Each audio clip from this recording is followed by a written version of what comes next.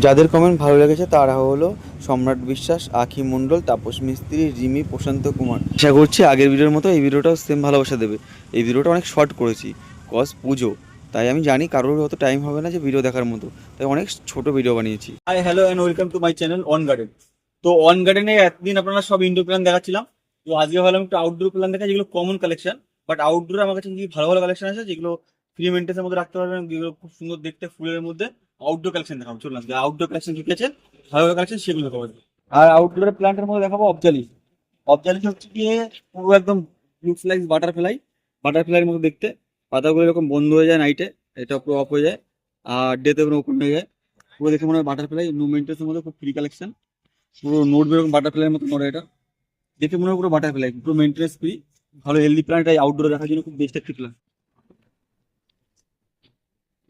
এটা হচ্ছে ঝুমকোলতা। ঝুমকোলতাটা পুরো একদম ফ্রি মেনটেন্সের গাছ, দেখে মনে হয় পুরো একদম ফুলগুলো একদম অসম, খুব সুন্দর দেখতে ফুলটা। এইগুলো মেনটেন্স বলতে গেলে এগুলো অনেক ঝাড় হয়, পুরো ধরুন আপনি গেটের সামনে লাগাতে পারেন। গেটের সামনে লাগালে খুব ভালো, মানে খুব দেখতেও খুব ভালো লাগে, হেলদি প্ল্যান্ট। এগুলো সহজে মরে না, এর মেনটেন্স কিছু হয়, শুধু মর্নিং এ জল দেন, এভরি মর্নিং এ জল, আর পুরো মেনটেন্স খুব ভালো, মেনটেন্সের মধ্যে খুব ভালো ফুল। এবার দেখাচ্ছি ফার্স্ট লাভ। এটা আউটডোরের মধ্যে খুব ভালো একটি কালেকশন। আজকে সব যে কালেকশন গুলো দেখাচ্ছি সেগুলো দেখে মনে হবে কমন কালেকশন না, সবগুলো আনকমনের মধ্যে, কিন্তু এখানে সবগুলো কমন। আদারওয়াইজ এমনি এগুলো আনকমন কালেকশনের মধ্যে। এগুলো ফার্স্ট লাভ, খুব ভালো একটি হেলদি প্ল্যান্ট। এগুলো একটা দুটো কালার আছে, একটা রেড কালার হয়, একটা ইয়েলো কালারের মধ্যে হয়। এই গাছটা কোনো মেনটেন্স নেই, খুব ফ্রি মেনটেন্স, সারা বছর ফুল দেয়। ফুলটা খুব সুন্দর দেখতে, সারা বছর অল টাইম, পুরো 12 মাস ফুল দেয়, খুব ভালো হেলদি প্ল্যান্ট।